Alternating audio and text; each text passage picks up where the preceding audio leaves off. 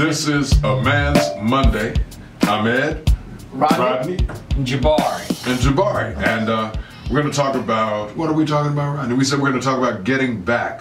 Or the foundation, building back the foundation of right. the man in our homes. In the homes and in the communities. Right. Because for so many years, we have been so broken down and torn down that we're seeing all of this, all of the results of that we're seeing now and have been for the past 2 generations, I would say, 2 oh, man, it's or more. Way farther back. Right. Because I know when I was coming up, it was a lot sturdier, and I'm 50, so you know, so back then things were different. Well, it went in cycles. Yeah. It went in cycles. It went in cycles. I'll kind of take this back to slavery. How they would break the man down in the family. How they would break take the man away from the child and the wife. And sell them off to a different plantation, breaking the man down, how they would sexually abuse the man, mentally abuse the man, to try to break him down. And as years progressed, when slavery was over, they came up with peonage and slave labor, jail labor and prison labor and all that kind of stuff, still breaking down that man, that family. And then we tried to build it, we got it, and then we came through the Great Depression and we build back. We rose when the economy rose in the 40s and 30s and 40s and 50s. Everything was going, in the upward tick with families and people build back. Seen so many people migrate from the south up north to Chicago and Milwaukee, Detroit, and different places like that, getting those good jobs, buying homes, building families and different things like that. But then in the late 70s, early 80s is when everything went back downhill again. So now we're in a cycle where we're still in the lull from like a 30 or 40 year low almost, going back to the 70s, where we're trying to come back up, and it's hard. It's hard. Especially with especially why you were saying how they took the man away from the family, and they're still doing that now, because I forgot, it was, I think, I'm trying to think of the speaker, the doctor that I was talking, and he said basically, the white or the woman has no need for the black man because she gets her assistance from the government. They force you to pay child support. It's easier for them to get a loan. It's easier for them to do everything, for them to not really want or deal with a black man. Therefore, they deal with other races and other cultures, which is really diluting ours even more, even though all of the other cultures are trying to keep within. They're trying to, it's not being as racist or isolationist, it's just, I say, and people might think I'm wrong, segregation was actually better for black people. Oh, I don't agree with that. No, think about it.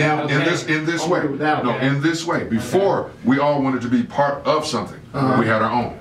There were on every. When did we have our own? We never had our own in America. Yeah, and sometimes we did in our own communities. Tell me when. Our own community, even in Birmingham on 4th Avenue North. But we those still, whole black districts. Yeah, then you had there was Black Wall Street. district, but most of those businesses, most of those buildings were white-owned buildings. Maybe we leased those buildings, and maybe we had our own section of town, but we always been inclusive.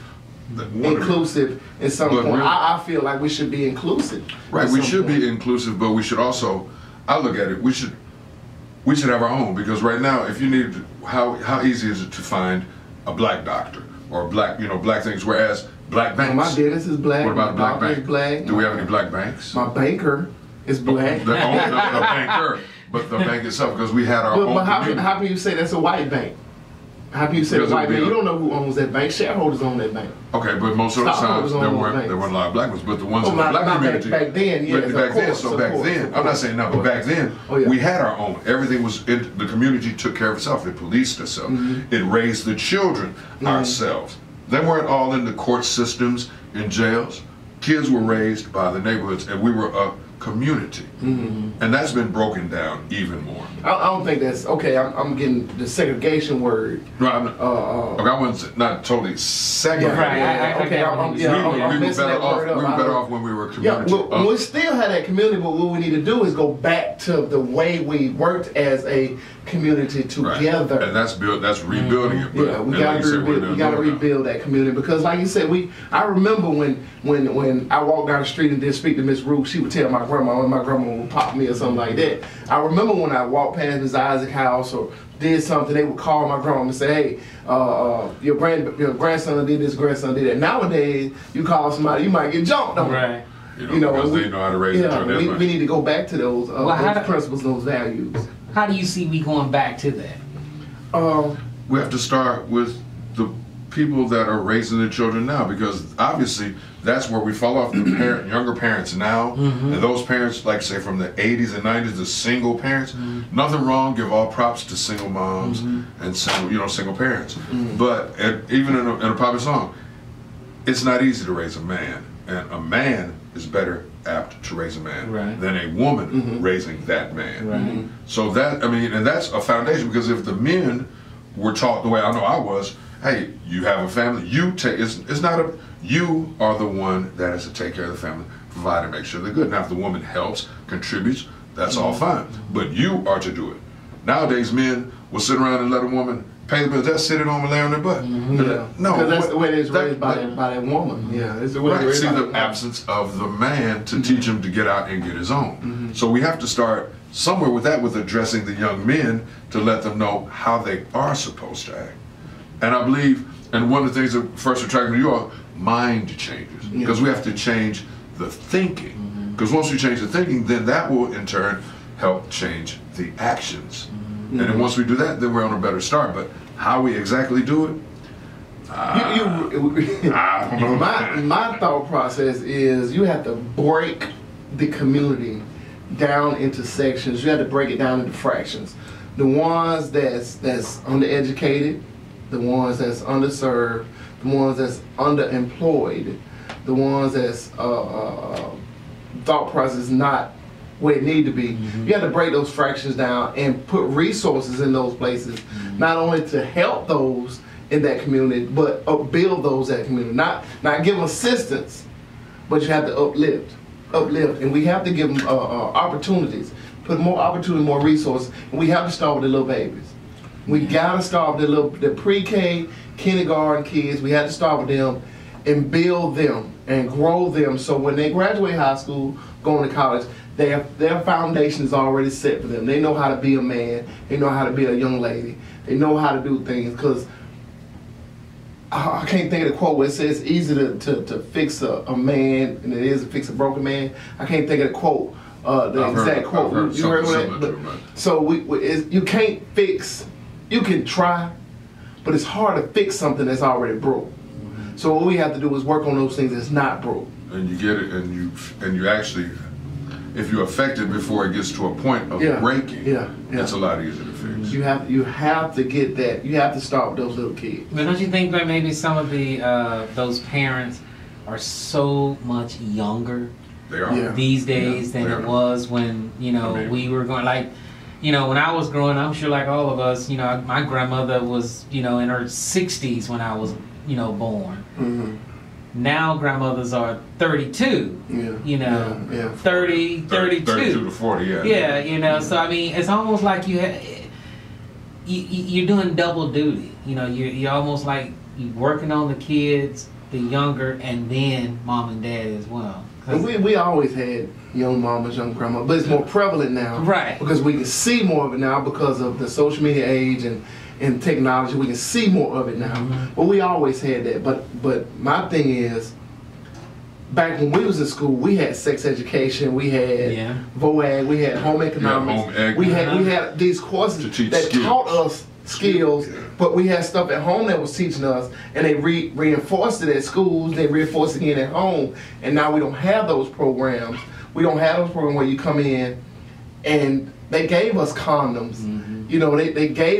They showed us how to put a condom on. They showed us how to cook and clean and wash your clothes and work with your hands and different things like that. Reinforce whatever you learned at home, and then when you got out in the world, you was out not to make so many of those mistakes that kids make now. Now they don't have those resources. You get it from both sides, from home and school. Right. They don't have those resources nowadays. I had a young man actually didn't know even how to iron a dress shirt for a job interview. Because who does job, the way things are, they go to job interviews, you wear a polo shirt. No, you have to wear a shirt with a collar. Don't even use a tie in the tie, because I know you have a bow tie.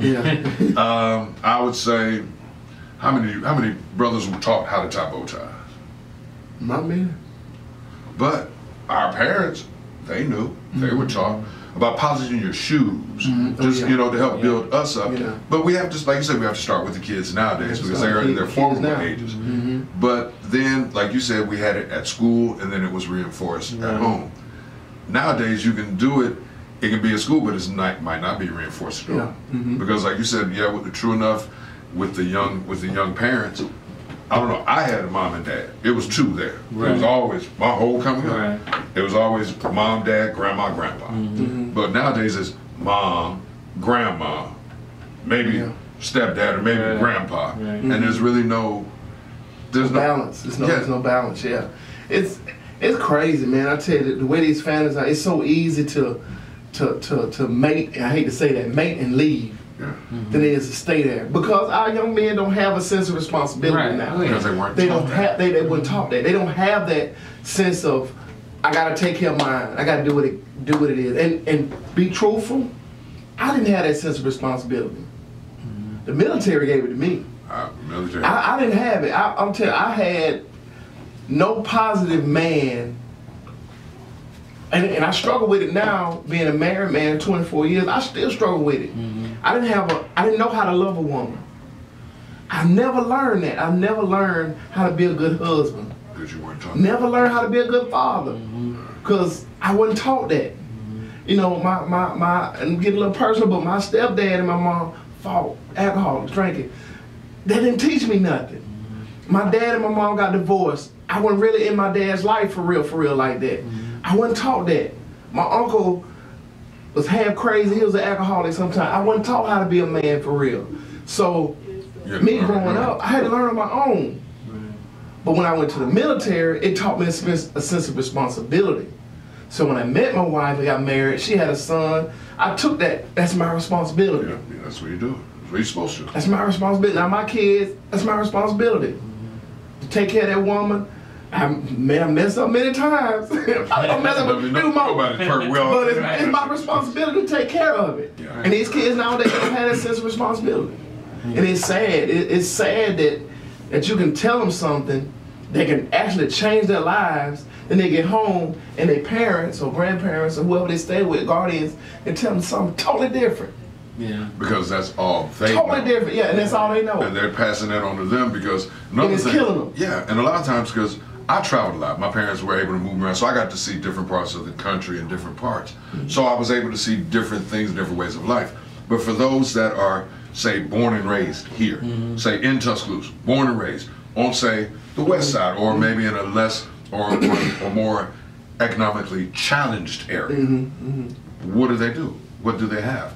They only see what is around them. And sometimes that's not the greatest picture that's around. No, exactly. Even though we're trying, because I mean, we're doing their programs, you all are doing stuff, you do stuff, I do stuff in the community to try to help those behind us, to help bring them up. But it's still, I mean, where do we really, we start with the kids, okay, we understand that, but how do we go about influencing those that are also influencing the children? Well, once you change that child's mindset, and once you start working with that child, and that child does better, the environment around that child will change. I've seen it. It's just like you get in church, and you have you have your deacon boy sitting over in the corner. You have this over here, that over there. Once the spirit get to moving in that church, the environment changes. And that's what we do with mind change. We change the mindset of a child. We don't try to change your environment because we can't. Right. We can't do nothing about it. We can't do nothing about where you stay, who you stay with, and all that. Just how you but once you change the perception of that child's mind, show him a different way, show him a different avenue he or she can take, they will absolutely change the environment around them. It will absolutely change. I've seen parents do it in our summer program. Kids come in, didn't want to be there. A week into it, they on fire for their work. They on fire to be in the program, and parents faithfully bring them. The environment is changing, slowly but surely. But we have to stay on it. We have to be diligent, and we have to involve these parents. Single mom, 5 kids. We got your boys in our program, baby. Guess what? We're gonna involve you in our program too. We're gonna suck you into this program because what happens is once we change those kids, you're changing too. And once you get back home, things change at home. Then things change in the community. Then things change in the city. Well, you take me. I'm telling you. He started with, you start with that child. Yeah. I mean, you have to start with one. You can't start, you can't start with 100. Just one. Start with one. What was you saying, Jamal? See, I guess, when you say changing the mind and then changing the environment, it'll change the environment. I guess I'm still kind of trying to understand how you do that. When you change their mind, you automatically change the environment. Well, I didn't say automatically. I didn't say automatically. Change that. I said it will eventually change the environment. Eventually. Yes. Because if their mind is changed, they're going to look at things differently, and they're going to approach things differently. Okay. Situations they may have handled one way, they see now there's another way to handle it. With violence, there's always an alternative to violence. And when I say when they change the environment, it's you can have a kid that's a troubled kid and get him through situations. He go to college, whatever, come back. Now home life might still be the same, right? But once he come back, he go off and work whatever. He come back, he works and does the same thing we're doing. Change another generation of kids' mindsets, do the same thing he did. Right. That changes the environment. Okay. You might can't see it, but it's changing. You might can't see it right away, but it's changing because it's there. Those same, like you said, those same incidents that would blank out, as the kids say, they're not gonna blank out. They won't blank out, and that'll change a child from going to jail. That means your crime stats go lower. And I guess you feel me? Yeah, I do. I guess you actually see it more so because of the program Mind Changers. Because we're really out there. Yeah, you're out there. You're right in the midst of it. I guess with me, I'm still kind of. Yeah, and see with Jabari, you see the news. You report the news, and you're not entrenched into like we are. I've seen a 60% reduction in behavior over the last year in kids in our program. I've seen a 30-40% increase in attendance. Right. That's changing the environment. If a kid is happy to come to school now, that's changing.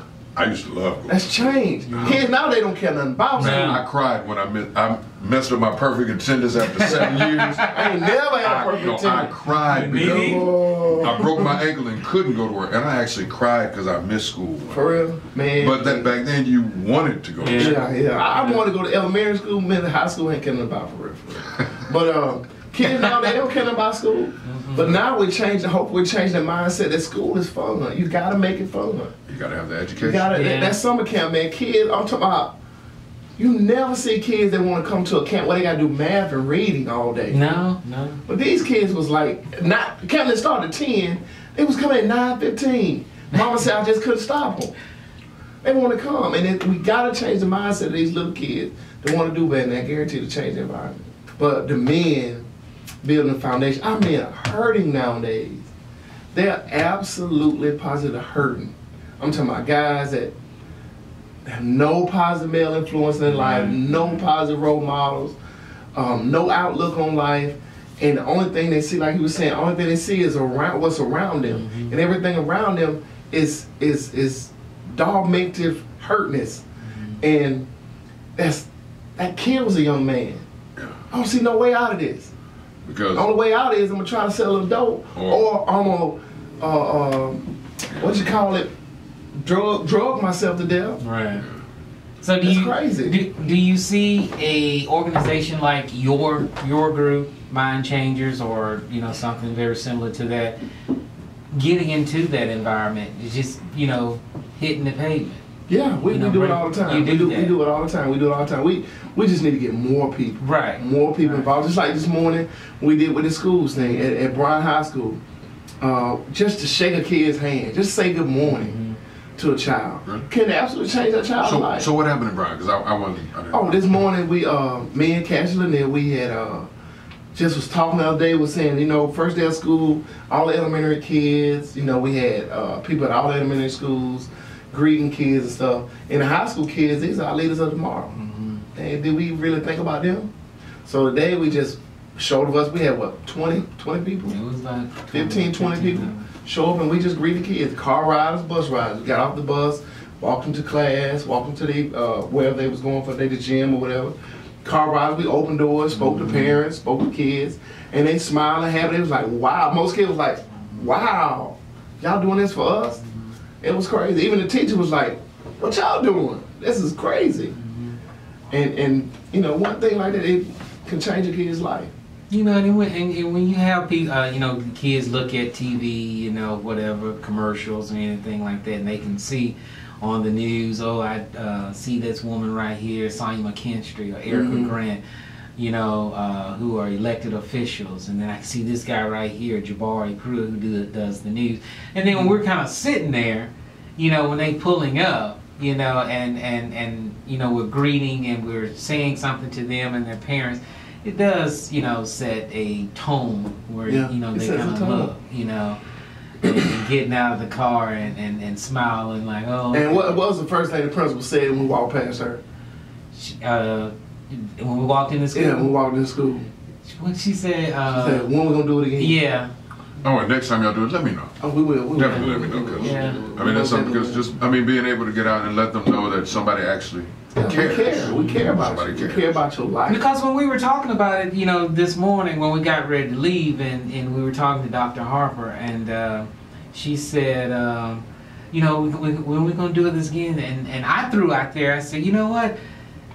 You know, he said, well, we can do it probably once a month. And I said, yeah, definitely bring us back like right before test times, exams, to kind of pump people, you know, pump them up a little bit. You know, we can do it a different form, different way. You know, pep rally, morning pep rally or something.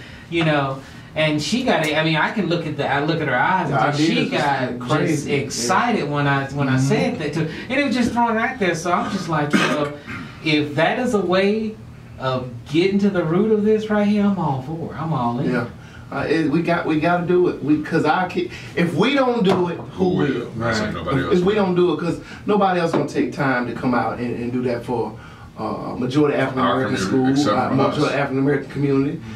Nobody's gonna do it. So we have to take our community back, and we got to take it back by storm. And we have to make the commitment to do it. We got to. We have to have we have to commit to consistency. doing it. You got to be consistent. Commitment. Yeah, because what do I learn? The 5 P's: prior proper planning prevents poor performance. Ah, you didn't say the other part. I left the 1 P out. But I mean, and that is so true. But how many of our younger people actually were taught that, or actually? Oh, none of them. Hardly none of them. They just act. They just do stuff. It's a they're reactive. It's like, and then especially with violence, because like I was looking at the news, like in Birmingham and here, a whole generation is gone because they're going to be in jail. And they're not going to be available for women, for the black women. They're not going to be any men there for them their age. They're not going to be any parents there for the ones that already have the kids. And that hurts. Looking back, because I know when I was young, I don't know, but a gun? No, it was you either had these, or a stick, or you had your 2 feet, you ran away, or you would leave. The only guns I had was a .22. I used to shoot squirrels with that. I used to shoot BB guns all the time. Pellets, BB guns. But no, if I had a stick, it was just because it was right there. It was right there, and that was the first thing I saw, and I picked up. You gotta get him off me. Exactly. Somebody gotta go. You gotta go. You leave him. But see, that also goes back to alternatives, as you know. And I didn't get into fights. I talked my way out of it. Like, man, really no need to do all the time. I just love to fight. Just fight. I was a boy, man. I was an all boy. I fight my neighbor, and 2 minutes later we did have those couple. Yeah, you'd have that. We fought. I just love to fight, man. I don't know why. Now, some people does it now. We just got to find out how to get the kids to realize that there are alternatives. Well, we got to show it. We got to take responsibility and show them. We can't be turned up at the club and on Facebook taking pictures with your pants hanging down and cigarettes, blunt smoke. We gotta show them. We have to lead by examples. We have to be the ones that's out front doing things. We got to keep the mamas, keep the women. We got to keep the women out of the limelight. We need to be taking front stage in what goes on in our community. We need the ones that putting together the cleanup days. We should be the ones that's putting together the rallies. We should be the ones that's doing this, because in the Bible says the man is a covering for the family. And also just along those lines, we have to get back to where the man is the central figure of the household. Yeah, the family. Because that is where it starts, and then it works its way down. But if if we, boy, some of the stuff we do or have done or have or lack or we haven't done is what's gotten us really here. Now, how can we do about first of all, let's tell everybody, how do we get involved with Mind Change? How would somebody if you want to get involved with Mind Change, just email us at mindchange1@gmail.com, or go on our website, mindchange1.org, and click on the volunteer tab, get involved tab, and shoot us an email, and we'll connect, and we'll get with you. Fill out an application, and we'll get you involved in either some of our in-school mentoring programs, or after-school tutorial, or mentoring programs, or weekend mentoring programs for young ladies and young men, 18 to 24. Okay. All right. 8 to 24. 8, okay. And you can always, if you have anything related or any knowledge or any ideas or any events that we might not know about, you can email them to psa@wtug.com.